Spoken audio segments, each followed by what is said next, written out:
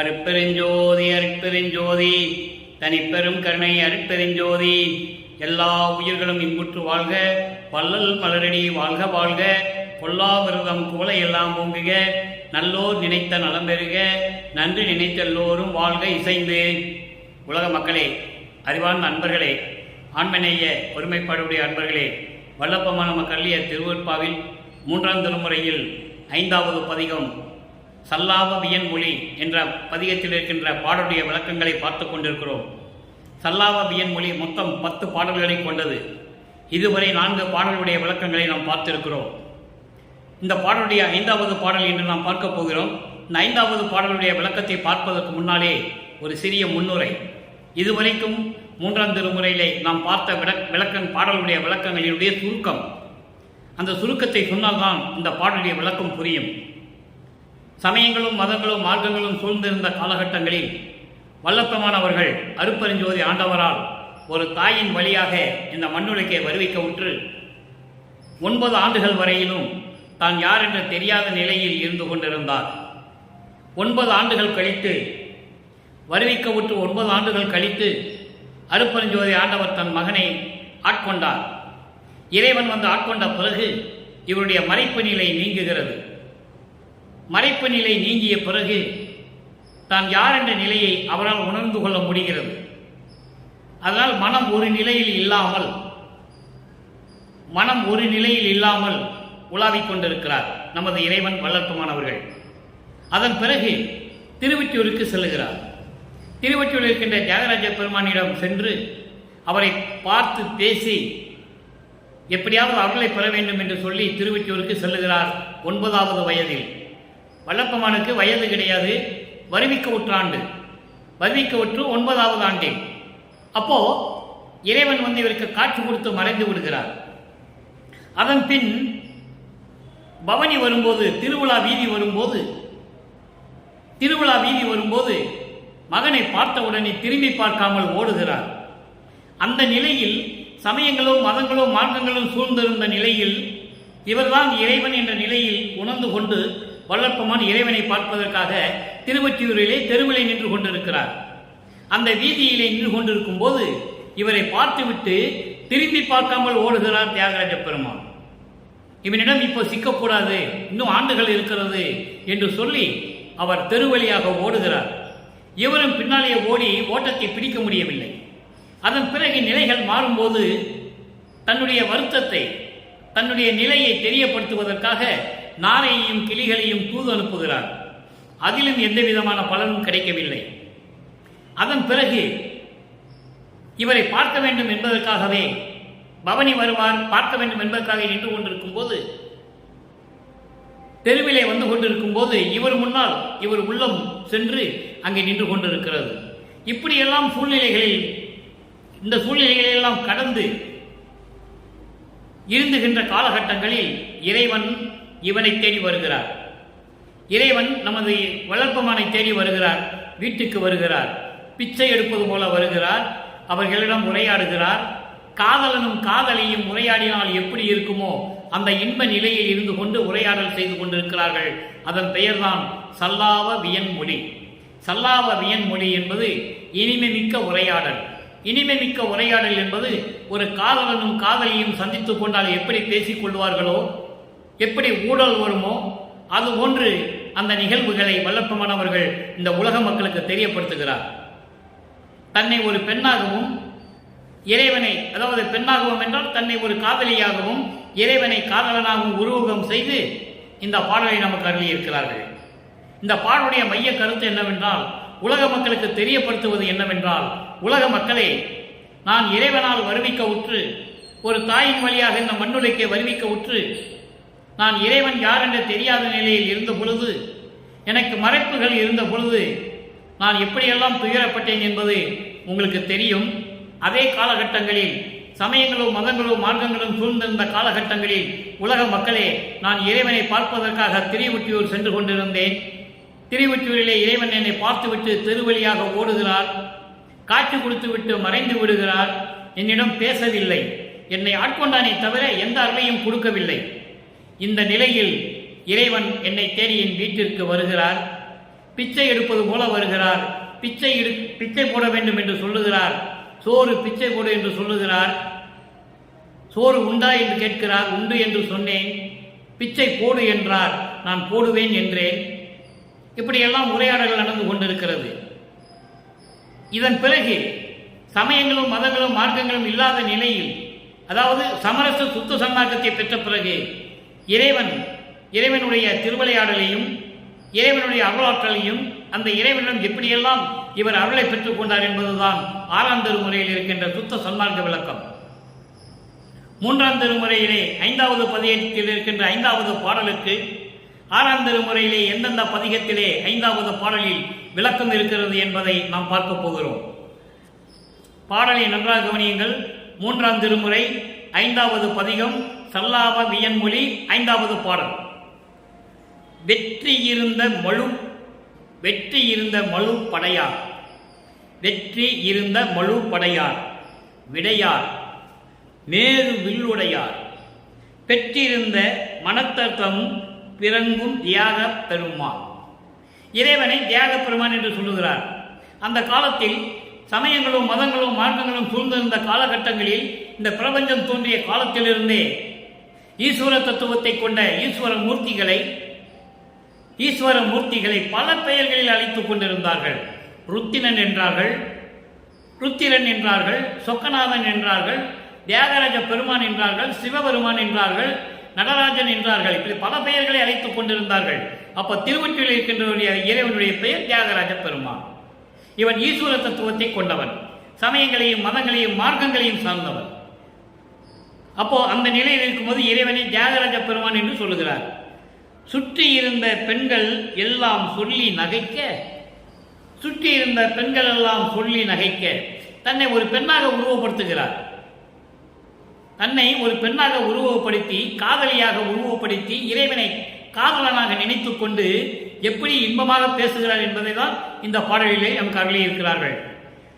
சொல்லி நகைக்க வருக அணைத்தார், ஒற்றி இரும் என்று உரைத்தேன், ஒற்றி இருந்தேனே என்றார். இவ்வளவு அற்புதமான பாடல் தெரியுமா? எவ்வளவு சொல் நயமிக்க, பொருளின் நயமிக்க பாடல், எதுகையும் மோனையும் சேர்ந்து கொண்டு எவ்வளவு அற்புதமாக அந்த பாடலை நமக்கு இறைவன் கொடுத்திருக்கிறார் என்பதை சிந்தித்து பார்க்க வேண்டும். ஒற்றி இரும் என்று உரைத்தேன், ஒற்றி இருந்தேன் என்றாரே. இது பாடல். இந்த பாடலுக்கு பதவுரை பாருங்க. வெற்றி இருந்த மழுப்படையார், வெற்றியோடு மழுப்படையார் என்றால் பரசு என்கிற ஆயுதத்தை உடையவர். பரசு என்கிற ஆயுதம் சிவ ஆயுதம், உலகையே அழிக்கக்கூடிய ஆயுதம். ஒரே ஆயுதம், கோடாரி மாதிரி இருக்கும். நீங்க பரசுராமன் கையில் வைத்திருக்கிற கோடாரியை பார்த்துக்கலாம், அதுதான் பரசு ஆயுதம். கிரேத யுகத்திலே திருமால் பரசு அபராதம் எடுக்கும் பொழுது சிவபெருமானை தவம் செய்து, சிவபெருமானை வணங்கி தவம் செய்து பெற்றது பரசு ஆயுதம். அது இறைவனிடம் இருந்த பரசு ஆயுதம். அப்படி பரசு ஆயுதம் கையில் கொண்ட இறைவன். படை என்பது ஆயுதம், மழுப்படை என்பது பரசு என்னும் சிவ ஆயுதத்தை உடையவன் இறைவன். விடையார் என்பது அதாவது காளை வாகனத்தின் மீது இருக்கின்ற இறைவன், காளை வாகனத்தை உடைய இறைவன். மேரு வில்லுடையார், மேரு என்பது இமயமலை, இமயமலையை வில்லாக வளைத்தவர். இமயமலையை வில்லாக வளைத்த இறைவன்.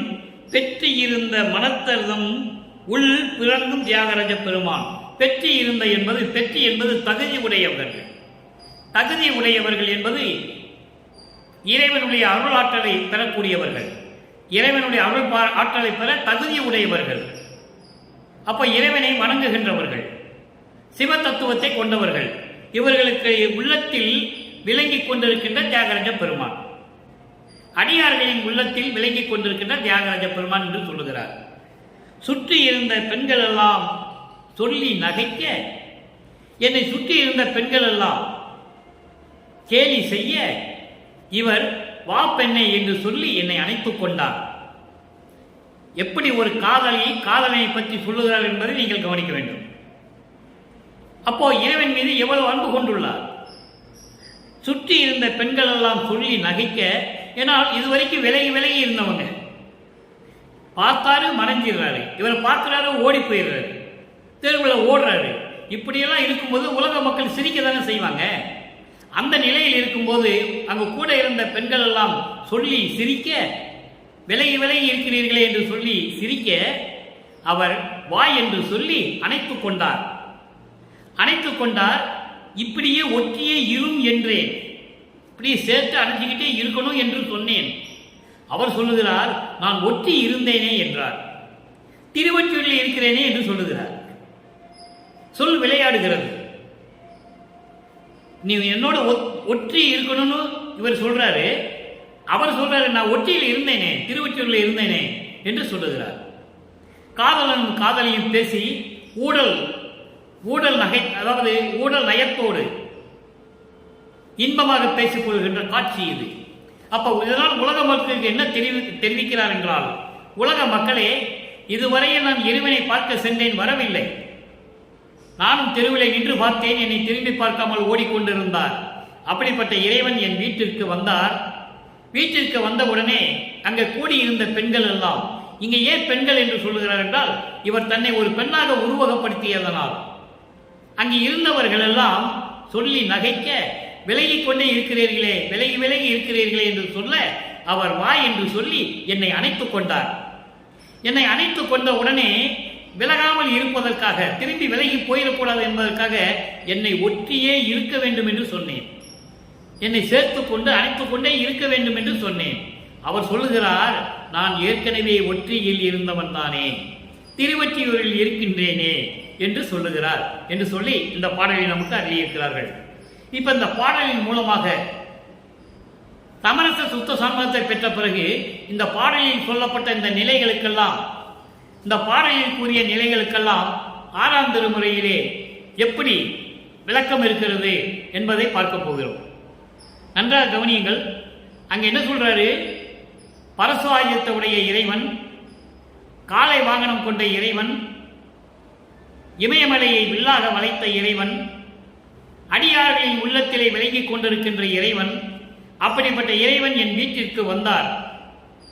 வீட்டிற்கு வந்தவுடனே அங்கு கூடியிருந்தவர்கள் எல்லாம், அதாவது பெண்கள் எல்லாம், அங்கு கூடியிருந்த மக்கள் எல்லாம், பெண்கள் எல்லாம் சொல்லி நகைக்க, காதலனும் காதலியும் விலகி விலகி இருக்கிறீர்களே என்று சொல்லுகிறார்கள். அப்போ உலக மக்களுக்கு தெரியப்படுத்துகிறார், இப்படியெல்லாம் நாங்கள் விலகியேதான் இருந்தோம் என்று சொல்லுகிறார். அதன் பிறகு வா என்று சொல்லி என்னை அணைத்துக் கொண்டார். என்னை அணைத்துக் கொண்ட பிறகு அவர் மறுபடியும் விலகி செல்லக்கூடாது என்பதற்காக என்னை ஒற்றி இரும் என்று சொன்னேன். ஒற்றி இரும் என்றால் சேர்ந்து, அணைத்தபடி சேர்ந்து அப்படியே இருக்க வேண்டும் என்று சொன்னேன். ஒற்றி இரும் என்று சொன்னேன். அவர் நான் ஒற்றியில் இருந்தேனே என்று சொன்னார். ஒற்றியிலே என்பது திருவொற்றியூரிலே நான் இருந்தேனே என்று சொல்லுகிறார். அவங்களுக்குள் இந்த ஊடல் பேச்சுவார்த்தைகள் இருந்து கொண்டிருக்கிறது. அதான் சொல்லாவ வியன்மொழி, சல்லாவ வியன்மொழி என்ற தலைப்பில் வல்லற்பெருமான் இவ்வளவு இந்த பாடலை நமக்கு அருளி இருக்கிறார்கள். இப்ப சமரச சுத்த சன்மார்க்கத்தை பெற்ற பிறகு இறைவனை எப்படி அழைக்கிறார், இறைவன் எங்கு இருக்கிறார், இதான் முடிவான முடிவு. அதற்கு முன்னால் சமயங்களையும் மதங்களையும் மார்க்கங்களையும் சார்ந்து இருந்து கொண்டு இறைவனை எப்படியெல்லாம் அழைத்தார் என்பது திருவருட்பாவிலே நமக்கு கூறியிருக்கிறார்கள் வல்லற்பெருமானவர்கள். அதே நிலை மாறும்போது நல்லா கவனிக்கணும். நீங்க அதையே பிடிச்சு தொங்கிட்டு இருக்க கூடாது. அவர் சமயங்கள்ல இருந்தாரு, மதங்கள்ல இருந்தாரு, சிவபெருமான் சொன்னாரு, தியாகராஜ பெருமான் சொன்னாரு, அதையே பிடிச்சிட்டு இருக்க கூடாது. அதுக்கப்புறம் வேண்டாம்னு சொல்லிட்டாருல, இருக்கணும். அப்போ சுத்த சன்மார்க்கத்தை பெற்ற பிறகு ஆறாம் திருமுறையிலே 14வது பதிகம் சிற்சபை விளக்கம். சிற்சபை விளக்கம் என்பது சிற்சபையிலே இருக்கின்ற இறைவனுடைய அருளாற்றல் எப்படி இருக்கிறது, அதனுடைய விளக்கம் தான் சிற்சபை விளக்கம். 5வது பாடல். 3ஆம் திருமுறையிலே 5வது பதிகம் சல்லாவ வியன்மொழி என்ற பதிகத்தில் இருக்கின்ற 5வது பாடலுக்கு இங்கே ஒரு நிலையில் விளக்கம்.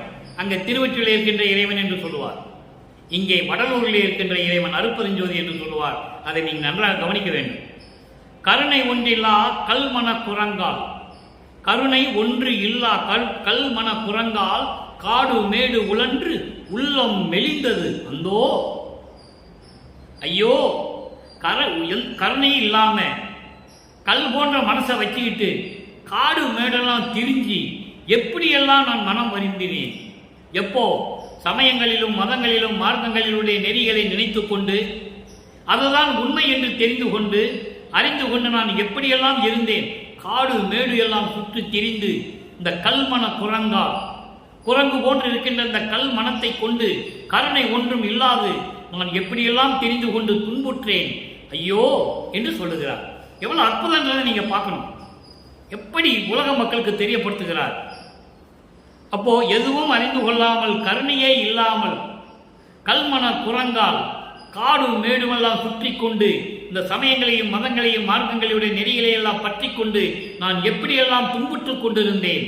ஐயோ வருணா வருணா, இறைவனை சொல்லுகிறார். வருணா வருணா என்றால் மலை போல பொழியும் அருள்மலை பொழிகின்ற மலை எப்படி பொழியுமோ அதுபோன்று அருள்மலை பொழிகின்ற இறைவனே அருள்பவனே என்று சொல்லுகிறார். அதான் வருணா என்று சொல்லுகிறார்.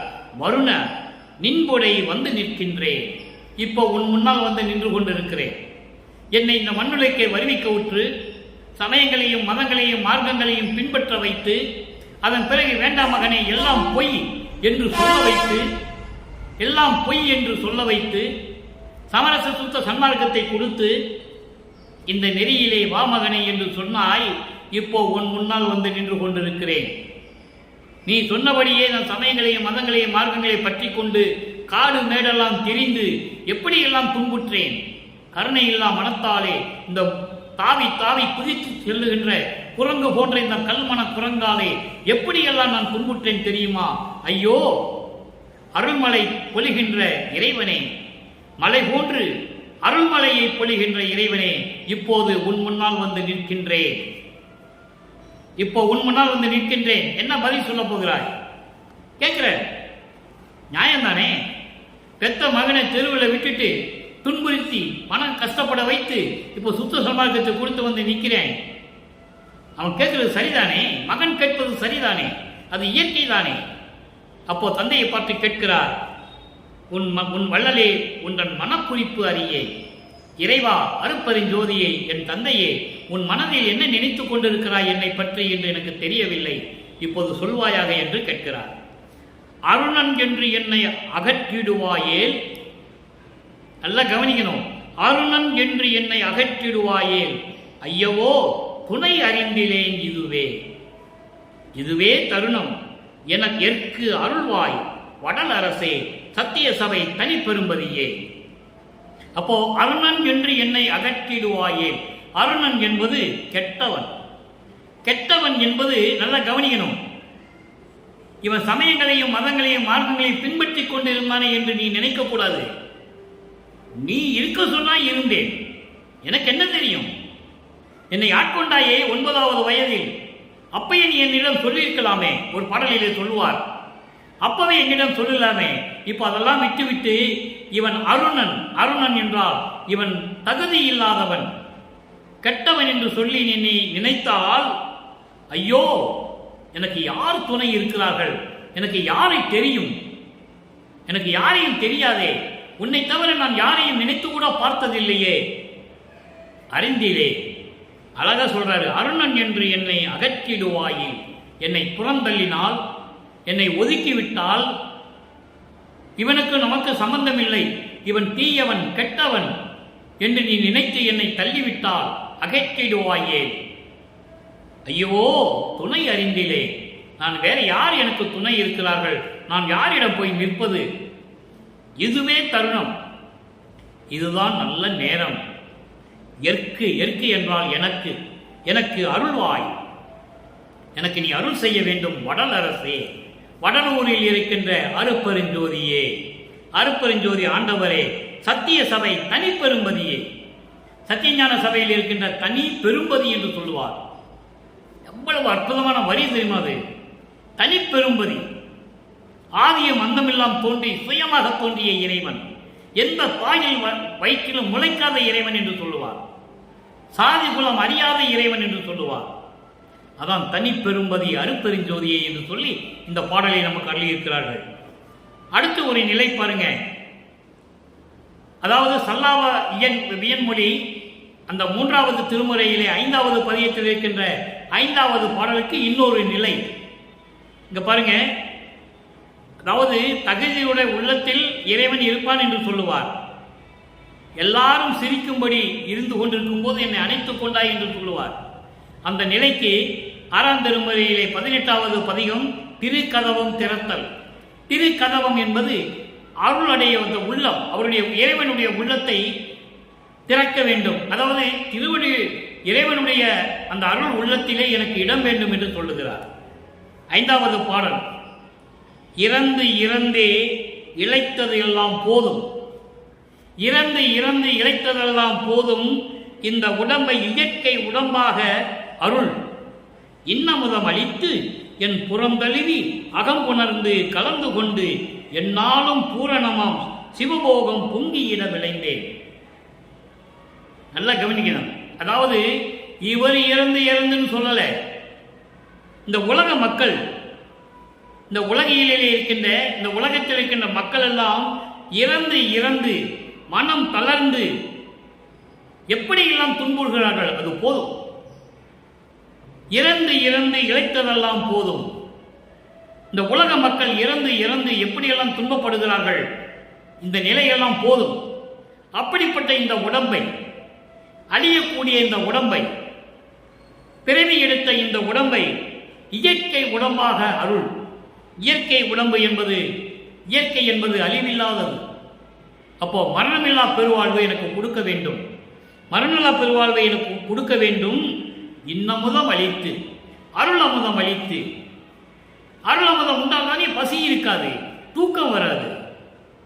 நல்ல கவனிக்கணும் நீங்க.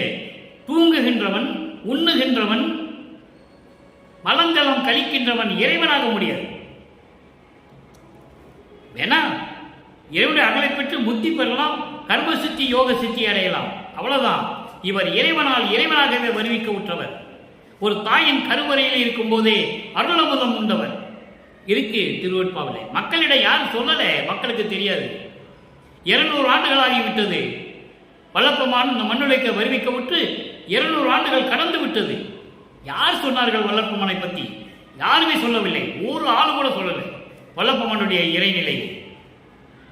ஆக இப்படியெல்லாம் அருளமுதம் அளித்து என் உடம்பை அழியா உடம்பாக்க வேண்டும், அதாவது மரணமில்லா பெருவாழ்வை எனக்கு தர வேண்டும் என்று சொல்லுகிறார். இந்த உலக மக்கள் இறந்து இறந்து துன்பங்களை அனுபவித்ததெல்லாம் போதும். அப்படிப்பட்ட இந்த உடம்பை அழியா உடம்பாக்க வேண்டும். எனது உடம்பை மரணமில்லா பெருவாழ்வில் இருக்க வைத்து அருளமுதம் கொடுத்து என் புறம் தழுவி என்னை அணைத்துக் கொண்டு, புறம் தழுவது என்பது அணைத்துக் கொள்ளுவது, அகம் புணர்ந்து என்பது உள்ளத்திலே கலந்து கொள்ளுவது. புறம் தழுவி அணைத்துக் கொண்டு எனது உள்ளத்திலே கலந்து கொண்டு என்னாலும் பூரணமாம் சிவபோகம் பொங்கியிட விளைந்தேன். பூரணமாம் சிவபோகம், பூரணம் நிறைந்த, பரிபூரணமாக நிறைந்த சிவபோகம் என்பது பேரின்பம், இறைவனுடைய பேரின்பம். அப்படிப்பட்ட இன்பம் பொங்கியிட எனக்கு அளித்திட விளைந்தேன், விரும்பினேன். உங்ககிட்ட என்ன கேட்கிறேன்? நான் உன்னால வலிமை கூட்ட மகன் தானே நான். இந்த உலக மக்கள் பிறந்து பிறந்து இறந்து இறந்து எவ்வளவு துன்பப்படுகிறார்கள். அப்படிப்பட்ட இந்த பிறவி எடுத்த உடம்பை நீ மரணமில்லா பெருவாழ்வில் என்னை இருக்க செய்ய வேண்டும், அருளமுதம் கொடுக்க வேண்டும்.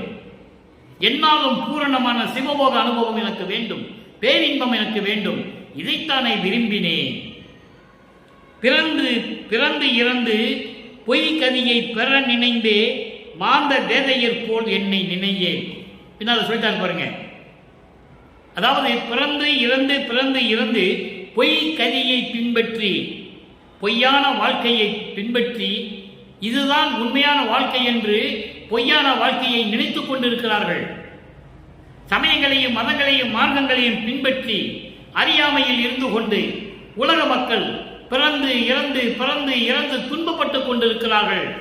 அதுபோல என்னை நினைக்க வேண்டாம், அதுபோல் என்னை நினையே, அதுபோல் என்னை நினைக்க வேண்டாம். பெரிய கதவம் திறந்தருளி, உன்னுடைய அருள் உள்ளத்தை எனக்கு திறந்து அருளி, உன்னுடைய அருள் உள்ளத்தில் எனக்கு ஒரு இடம் கொடுத்து அருளி அணைந்திடுவாய் சிற்றவை வாழரசே. என்னை அணைத்துக் கொள்ளுவாய், என்னோடு இரண்டர கலந்து கொள்ளுவாய். சிற்றவை வாழ் அரசே, வடலூரில் இருக்கின்ற சத்தியஞான சபையில் இருக்கின்ற சிற்சபையில் வாழ்ந்து கொண்டிருக்கின்ற விளங்கிக் கொண்டிருக்கின்ற அரசே, அருட்பெருஞ்சோதியே, சித்த சிகாமணியே, என் திருநட நாயகனே என்று சொல்லி இந்த பாடலும் கருளியிருக்கிறார்கள். சித்த சிகாமணி என்பது என் உள்ளத்தில் இருக்கின்ற தலைவனே, எனது உள்ளத்து தலைவனே, சமரச சுத்த சன்மார்க்க தலைவனே என்று சொல்லுகிறார். அடுத்த ஒரு நிலைக்கு விளக்கம் பாருங்க. மெய்யருள் வியப்பு. அங்கு அருளை எதுவும் கொடுக்கவில்லை. 3ஆம் திருமுறையில் இறைவன் வந்து பார்க்கிறான், மறைந்து விடுகிறார், தெலுவரியா ஓடுகிறார், என்னென்னமோ நடக்குது. ஆனால் அருளை பெற முடியவில்லை. அப்போ சமயங்களும் மதங்களும் மார்க்கங்களும் இருந்த சூழ்நிலை. நமது இறைவன் வல்லற்பமானவர்கள் 3வது எட்டில் இருந்து கொண்டிருக்கிறார்.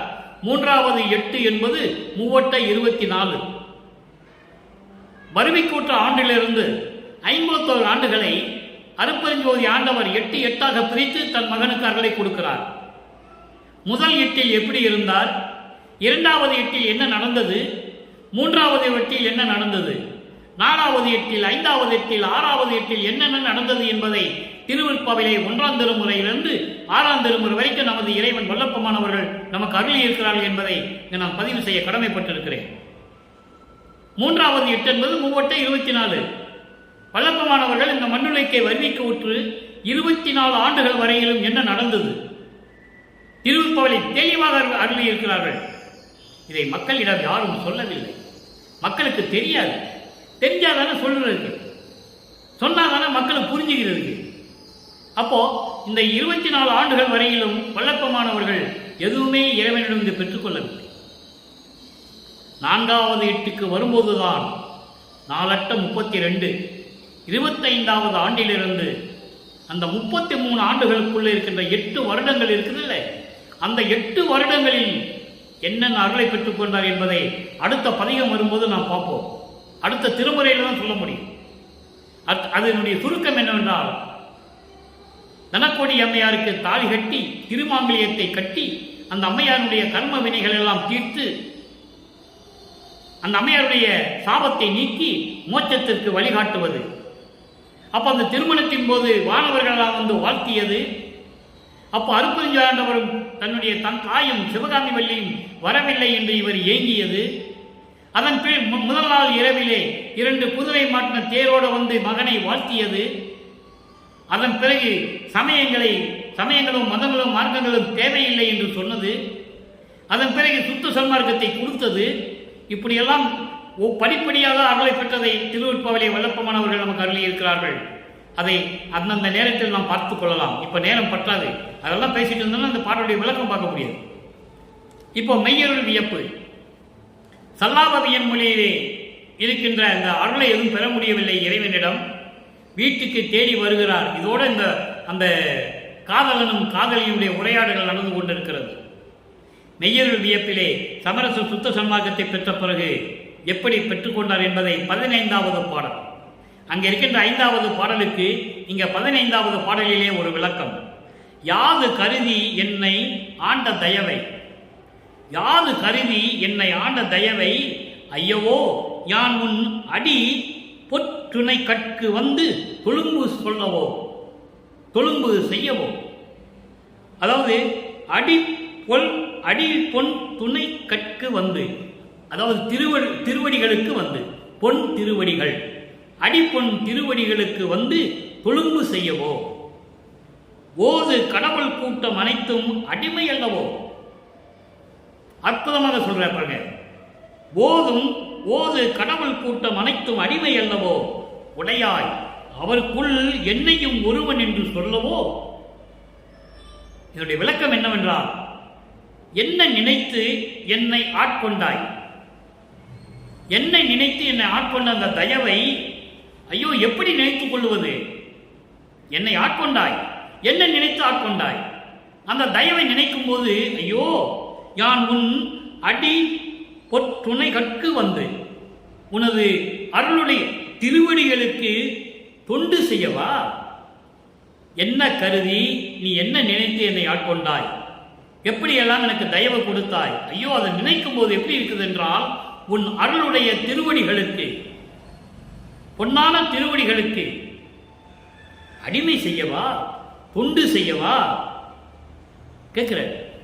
உன் திருவடிகளுக்கு தொண்டு செய்யலாம் நினைத்து என்னை ஆட்கொண்டாயா? என் மீது தயவு காட்டினாயா? ஓது கடவுள் கூட்டம் அனைத்தும் அடிமை அல்லவோ? இந்த கடவுள் கூட்டம் சொல்றோம்ல, கடவுள் கூட்டம் என்று சொல்லப்படுகின்ற அனைவரும் உனக்கு அடிமை அல்லவா? எவ்வளவு அற்புதமா சொல்ற பாருங்க. அப்ப கடவுள் கூட்டம் என்று சொல்லுகிறார். பல இடங்களிலே சொல்லுவார். திருவடி நம்ம 6ஆம் திருமுறையிலே கடவுள் கூட்டம் என்று சொல்லுவார், கடவுள் சமூகம் என்று சொல்லுவார். நெடியனே முதல் கடவுள் சமூகம் நெடிய பிள்ளைகள் 1000 பொறுத்து மாயை உடைய நேரின்ற கருணை வள்ளல் நீ என மறைகள் ஓதுவது இங்கு உன்னைத்தான் என்றே மகாதேவ மலையில சொல்லுவார். மகாதேவ மலையிலே 95ஆம் பாட்டில் 4வது வரியில சொல்லுவார். அது அற்புதமாக இருக்கும். நெடியன்னா திருமால் முதல் கடவுள் கூட்டம் என்று சொல்லுவார், கடவுள் சமூகம் என்று சொல்லுவார். கடவுள்கள் என்று சொல்ல மாட்டார், அது ஒரு கூட்டம். அப்படி கடவுள் கூட்டம் என்று சொல்லப்படுகின்ற இவர்கள் எல்லாம் உனக்கு அடிமை அல்லவா? உடையாய் எல்லா அருளையும் உடைய இறைவனே, என்னை உடைய இறைவனே, உடையாய் அவருக்குள் என்னையும் ஒருவன் என்று சொல்லவோ? இதுக்குதான் என்னை ஆட்கொண்டாயா? அந்த அடிமைகள் கூட்டம் இருக்கிறதே, அதிலே நீயும் ஒரு அடிமை என்று சொல்லவா என்னை ஆட்கொண்டாய்? எப்படி கேட்கிறார் பாருங்க அப்பாவிட்ட. அப்பாவிடம் மகன் கேட்பது இயற்கை தானே. அந்த அப்பாவினால் மகன் எவ்வளவு, தந்தை அற்புதம் மகன் எவ்வளவு துன்பப்பட்டார். 33 ஆண்டுகள் வரையிலும் இந்த மண்ணுக்கு வருவிக்க விட்டு 33 ஆண்டுகள், ஓராண்டு 2 ஆண்டு இல்லை, 33 ஆண்டுகள் எப்படியெல்லாம் துன்பப்பட்டார், மனக்கவலைப்பட்டார், வேதனைப்பட்டார் என்பதை திருவொற்பாவிலே நாம் பார்க்கிறோம். அப்படிப்பட்ட நிலையில் இருக்கும்போது இவங்கெல்லாம் இந்த கடவுள் கூட்டெல்லாம் உனக்கு அடிமை, என்னையும் அவங்களுக்குள்ள அடிமை என்று சொல்லவா என்னை ஆட்கொண்டாய்? என்னிடம் தயவு காட்டினாய் என்று கேட்கிறார். இவ்வளவு அற்புதம் பாருங்க. அப்போ மறுபடியும் பாருங்க, ஆடேடி பந்துன்னு ஒரு பதியத்தில் 116ஆவது பதியம், ஆடேடி பந்து 6வது, அங்கே ஒரு 5வது பாடல். சல்லாபாபியன் மொழியுடைய 5வது பாடலுக்கு அங்கே ஒரு 5வது பாடல். எப்படி பாருங்க, இங்கே சல்லாபாபியன் மொழியிலே தன்னை ஒரு பெண்ணாக உருவகப்படுத்துவார். தன்னை காதலியாகவும் இறைவனை காதலனாகவும் உருவகப்படுத்தி வர்ணனை செய்து அந்த பாடலை நமக்கு அருளியிருப்பார்கள். இங்கே உள்ளத்தை தோழியாக வர்ணனை செய்வார். தன்னை ஒரு பெண்ணாகவும் உள்ளத்தை தோழியாகவும் வர்ணனை செய்து ஆடேடி பந்து என்ற தலைப்பிலே ஒரு பாடல், 5வது பாடல் அற்புதமாக இருக்கும். ஆடேடி பந்து என்பது இறைவனை தேடி மகிழ்ச்சியோடு இருப்பது, இறைவனோடு இருப்பது, உள்ளத்திலே இறைவனை நினைத்து மகிழ்ச்சியோடு இருப்பது. அதை பந்து வைத்து ஆடுவது போல, பந்தாடுவது போல, விளையாடுவது போல உலக மக்களுக்கு நமக்கு அருளி இருக்கிறார்கள் நமது இறைவன் வல்லப்பமானவர்கள். பாருங்க, தப்பாலே தப்பாலே சகத்தவர் சாவே துணிந்தார், தப்பாலே சகத்தவர் சாவே துணிந்தார், தாம் உள்ளம் நாண, அப்படிப்பட்டவர்கள் உள்ளம் நாண, தாம் உள்ளம் நாண, தாம் உள்ளம் நாண நான் சாதலை தவிர்த்தேன், எப்பாலும் எக்காலும் இருத்தலை பெற்றேன். நல்லா கவனிக்கும் நண்பர்களே, அற்புதமான விளக்கம் நமது இறைவன் வல்லற்பமானுடைய இறைநிலை விளக்கம். எப்பாலும் எக்காலும் இருத்தலை பெற்றேன், என் தோழி வாழி நீ, என் தோழி வாழி நீ என்னோடு கூடி துப்பாலே விளங்கிய சுத்த சன்மார்க்க ஜோதி என்று ஓதிய வீதியை விட்டே அப்பாலே போகாமல் ஆடேடி பந்து அருப்பெருஞ்சோதி கண்டு ஆடேடி பந்து. தோழி என்பது உள்ளம், உள்ளத்திடம் சொல்லுகிறார். உள்ளத்திடம் சுத்த சன்மார்க்கத்தை பற்றியும் இறைவன் அருப்பெருஞ்சோதி ஆண்டவர்தான் என்பதையும் தான் அருப்பெருஞ்சோதி ஆண்டவரை எப்படியெல்லாம் பெற்றுக்கொண்டேன் என்பதையும் உள்ளத்திடம் சொல்லுவது போல உலக மக்களுக்கு தெரிவிக்கிறார். இங்க பாருங்க, தப்பாலே சகத்தவர் சாவே துணிந்தார். தப்பாலே என்பது தெரியாமல் தவறுகள் வழியிலே இருந்து கொண்டிருக்கின்றோம் என்று தெரியாமல் தவறான நெறிகளிலே பின்பற்றி, சமயங்களிலும் மதங்களிலும் மார்க்கங்களிலும் கூறப்பட்ட நெறிகளை எல்லாம் பின்பற்றி, அதில் கூறப்பட்ட சங்கற்ப விகற்பங்களை எல்லாம் பின்பற்றி, சங்கற்ப விகற்பங்கள் என்பது தவறான வழிகளிலே மக்களை ஈடுபடுத்தி வழிபட செய்தது. கற்பூரம், தேங்காய் உடைச்சி, குத்துவலுக்கு ஏற்றி, இப்படியெல்லாம் இதை சங்கற்ப விகற்பங்கள். இது சமயங்களிலும் மார்க்கங்களிலும் மதங்களிலும் தான் உண்டு, சுத்த சன்மார்க்கத்தில் இல்லை என்பதை இங்கு உறுதிப்படுத்துகிறார். தெளிவுபடுத்துகிறார் நமது இறைவன் வல்லற்பமானவர்கள். அப்படி சமயங்களிலும் மதங்களிலும் மார்க்கங்கள் நெறிகளை பின்பற்றி சங்கற்ப விகற்பங்களையும் மேற்கொண்டு உலக மக்கள் தவறான வழியில் சென்று கொண்டு சாதத்தை துணிந்தார். இறப்பை எதிர்பார்த்து கொண்டிருக்கிறார்கள். அவர்கள் வியக்கும் அளவிற்கு, வெட்கப்படும் அளவிற்கு சாவே துணிந்தார். இறப்பதற்கு கூட துணிந்து விட்டார்கள். தவறான நெறிகளில் இருந்து கொண்டு இவர்கள் எல்லாம் வெட்கப்படும்படி, தான் உள்ளம் நாண இப்படிப்பட்டவர்கள் வெட்கப்படும்படி நான் சாதலை தவிர்த்தேன், நான் மரணத்தை தவிர்த்து எப்பாலும் எக்காலும் இருத்தலை பெற்றேன். ஊழி தோறும் ஊழி உளப்பராது ஓங்கி வாழி என்று எனக்கு வாய்த்த நன்னிதி என்று சொல்லுவார். ஒவ்வொரு யுகத்திலும் இருந்தவர். ஊழி என்பது யுகம். ஊழி ஒரு ஊழி உளவினும் அழியா உடம்பை அளித்தனன் என்று சொல்லுவார். அதை இங்க சொல்றாரு. நான் சாதலை தவிர்த்தே எக்காலும் எப்பாலும் இருத்தலே பெற்றேன். நான் மரணமில்லா பெருவாழ்வை இருந்து கொண்டிருக்கின்றவன், ஒவ்வொரு யுகத்திலேயும் இருந்து கொண்டிருந்தவன் என்று சொல்லுகிறார். கிரேதயுகம், திரேதயுகம், துவாரயுகம், கலியுகம், நான் ஒவ்வொரு யுகத்திலேயும் இருக்கும்படி நான் அருளை பெற்றவன் என்று சொல்லுகிறார். எக்காலும் எப்பாலும் இருத்தலே பெற்றேன் என் தோழி நீ வாழ்க. தோழி என்பது உள்ளத்திடம் சொல்லுகிறார். என் உள்ளமே, இந்த தப்பான வழியிலே சென்று இந்த உலக மக்கள் சமயங்களையும் மதங்களையும் மார்க்கங்களையும் பின்பற்றி கொண்டு அதில் சொல்லப்பட்ட நெறிகளை பின்பற்றி கொண்டு சங்கற்ப விகற்பங்களை எல்லாம் மேற்கொண்டு துன்பப்பட்டு கொண்டு இருந்த போது, அப்படி இந்த வழியிலே சென்று கொண்டு துன்பப்பட்டு கொண்டு இருக்கிறார்கள். சாவை கூட துணிந்து ஏற்றுக்கொள்ளுகிறார்கள். சாவே துணிந்தார். அப்படியெல்லாம் இறந்து கொண்டு இருக்கிறார்கள். அவர்கள் உள்ளம் வெட்கப்படும்படி, அவர்களெல்லாம் வெட்கப்படும்படி, நாணம் கொள்ளும்படி நான் இறப்பை தவிர்த்து விட்டேன். எப்பாலும் எக்காலும் இருத்தலே பெற்றேன். நான் சமயங்களையும் மதங்களையும் மார்க்கங்களையும் விட்ட பிறகு மரணமில்லா பெருவாழ்வு பெற்றுக் கொண்டேன். ஊழி தோறு ஊழி உயிர் தலைத்து ஓங்கினேன் என்று சொல்லுவார் ஒரு பாடலிலே. அற்புதமாக இருக்கும். அப்படிப்பட்ட இறைநிலையில் இருக்கின்றவர் வல்லற்பெருமான். நம்மளை எல்லாம் படைத்து காத்து கொண்டிருக்கின்ற இறைவன் வல்லற்பெருமான். அருட்பெருஞ்சோதி ஆண்டவராகிய வல்லற்பெருமான் அவர்கள் இந்த பிரபஞ்சத்தை இயக்கிக் கொண்டிருக்கிறார் என்பதை நீங்கள் மறந்துவிடக்கூடாது. என் தோழி வாழி நீ வாழ்க. நீ என்னோடு கூடி துப்பாலே விளங்கிய புனித நிலையாகிய சுத்த சன்மார்க்க நிலையை விட்டு விலகாமல் உள்ளத்தை சொல்லுகிறார். உள்ளம் என்பது மனம், மனம் என்பது குரங்கு போன்றது. குரங்கு போல தாவி தாவி தாவி செல்லக்கூடியது மனம். அப்படியெல்லாம் போகாமல் புனித நிலையில் இருக்கின்ற சுத்த சன்மார்க்க ஜோதி, சுத்த சன்மார்க்க ஜோதி என்று ஓதிய வீதியை, சுத்த சன்மார்க்க அருட்பெருஞ்சோதி விளங்கக்கூடிய சொல்லக்கூடிய அந்த வீதியை, வீதியை என்பது நெறியை, வீதி என்பது நெறி, சுத்த சன்மார்க்க நெறி. அப்படி நெறியை பின்பற்றி விட்டே அப்பாலே போகாமல், அதை விட்டு விலகாமல் என்னோடு சேர்ந்து கொண்டு ஆடேடி பந்து, ஆடேடி பந்து என்று சொல்லுகிறார். என்னோடு சேர்ந்து கொண்டு மகிழ்ச்சியாக இருப்பாயாக. பந்து ஆடுவது போல, அந்த விளையாட்டை சொல்லுவது போல இந்த உலக மக்களுக்கு தெரிவிக்கிறார்கள். சுத்த சன்மார்க்கத்தை விட்டு விலகாமல் அதிலே இருந்து கொண்டு, நெறியிலே இருந்து கொண்டு என்னோடு சேர்ந்து மகிழ்வாக விளையாடுவாயாக என்று சொல்லுகிறார். ஏன்னால் மனம் மாறிவிடக்கூடாது, உள்ளம் மாறக்கூடாது என்பதற்காக. அருட்பெருஞ்சோதி கண்டு ஆடேடி பந்து, உள்ளத்திலே அருட்பெருஞ்சோதி இருக்கிறார், அவரை பார்த்து நீ மகிழ்ச்சியோடு இருப்பாயாக, மகிழ்வாயாக என்று சொல்லுகிறார். அதைதான் ஆடேடி பந்து என்ற தலைப்பிலே உலக மக்களுக்கு இந்த பாடலை நமக்கு அருளி இருக்கிறார்கள் நமது இறைவன் வல்லற்பமானவர்கள் என்பதை நீங்கள் புரிந்து கொள்ள வேண்டும். ஆக சமயங்களும் மாதங்களும் மார்க்கங்களும் இல்லாத அந்த காலகட்டங்களில் சுத்த சன்மார்க்கத்தை பெற்று எப்படியெல்லாம் இறைவன் அவர்களை பெற்றுக்கொண்டார், எப்படி இறைவனானார் என்பதை தெளிவுபடுத்துகிறார். அதுக்கடுத்து ஒரு சின்ன விளக்கம். 117 ஞான மருந்து. ஞான மருந்து என்பது அருட்பெருஞ்சோதி ஆண்டவர். ஐந்தாவது பாடல். அன்பருக்கு எளிய மருந்து, மற்ற ஐவருக்கும் காண்டருக்கு அரிய மருந்து, என் பற்றில் ஓங்கு மருந்து, என்னை இன்ப நிலையில் இருந்து என்னை இன்ப நிலையில் இருத்தும் மருந்து.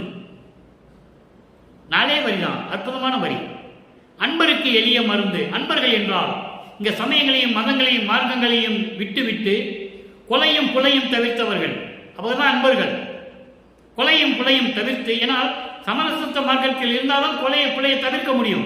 இந்த விளக்கம் நாளைக்கு இருக்கு, அருமையான விளக்கம் இருக்கு. கொலையும் தவிர்த்தவர்கள் எப்படி தவிர்க்க வேண்டும் என்பது விளக்கம் நாளைக்கு வரும் பாடல்கள் இருக்கு. அப்போ அப்படிப்பட்ட நிலையில் இருக்கின்ற சமரச சுத்த சன்மார்க்கத்தை சேர்ந்த அன்பர்களுக்கும் கொலையும் தவிர்த்த அன்பர்களுக்கும் எளிய மருந்து, அவர்களுக்கெல்லாம் எளிய முறையில் கிடைக்கக்கூடிய, எளிமையாக அருள் வழங்கக்கூடிய இறைவன் அருட்பெருஞ்சோதி. மற்ற ஐவருக்கும் காண்டருக்கு அறிய மருந்து. அறியவையா ஐவர்? பிரம்மன், திருமால், ருத்திரன், மகேஸ்வரன், சதாசிவம். இந்த ஐவருக்கும் பார்க்க முடியாத மருந்து. இன்னும் அவங்க இறைவனை பார்க்கல, அருட்பெருஞ்சோதியை பார்க்கல, ஈஸ்வரமூர்த்தியை பார்த்தார்கள். ஈஸ்வரமூர்த்திகள் என்பது ஈஸ்வர தத்துவத்தில் இருந்தவர்களை பார்த்தார்கள். அருட்பெருஞ்சோதி யாரும் பார்க்கல. அதான் இங்கே சொல்றாரு, ஐவர் காண்களுக்கு அறிய மருந்து, என் பற்றில் ஓங்கு மருந்து. என்னுடைய அன்பில் விளங்கிக் கொண்டிருக்கின்ற மருந்து, என்னை இன்ப நிலையில் இருத்தும் மருந்து, என்னை கடவுள் நிலை. இன்ப நிலை என்பது பேரின்ப நிலை, பேரின்ப நிலை என்பது கடவுள் நிலை, கடவுள் நிலை என்பது 16வது நிலை, சரியை கிரிய யோக ஞானம் கடந்த நிலை. 16வது நிலையில் என்னை இருத்தி வைத்துக் கொண்டிருக்கின்ற, கடவுள் நிலையில் என்னை வைத்துக் கொண்டிருக்கின்ற இறைவன் அருட்பெருஞ்சோதி என்று சொல்லி இந்த விளக்கத்தை நமக்கு அருளியிருக்கிறார்கள் வல்லப்பமானவர்கள். எனவே அன்பர்களே, இன்று நாம் பார்த்த பாடலுடைய விளக்கம் உங்களுக்கு விளங்கி இருக்கும் என்று கருதி, அதே நேரத்தில் நீங்களும் சைவ நெறியில் இருந்து கொண்டு வீட்டிலே மன்னகள் விளக்கிலே தீபமேற்றி அருட்பெருஞ்சோதி என்ற மகாமந்திரத்தை சொல்லி இறைவனுடைய அருளையும் அவருடைய பொருள்களை எல்லாம் பெற்றுக்கொண்டு நோயற்ற வாழ்வில் நீங்கள் வாழ்வாங்கு வாழ வேண்டும் என்று இறைவனுடைய தயவாலயம் கருணையாலயம் வாழ்த்தி இந்த வள்ளலார் ஊழியன் விடைபெறுகிறேன். மீண்டும் நாளை சந்திப்போம். நன்றி, வணக்கம். அருட்பெருஞ்சோதி தனிப்பெரும் கருணை அருட்பெருஞ்சோதி.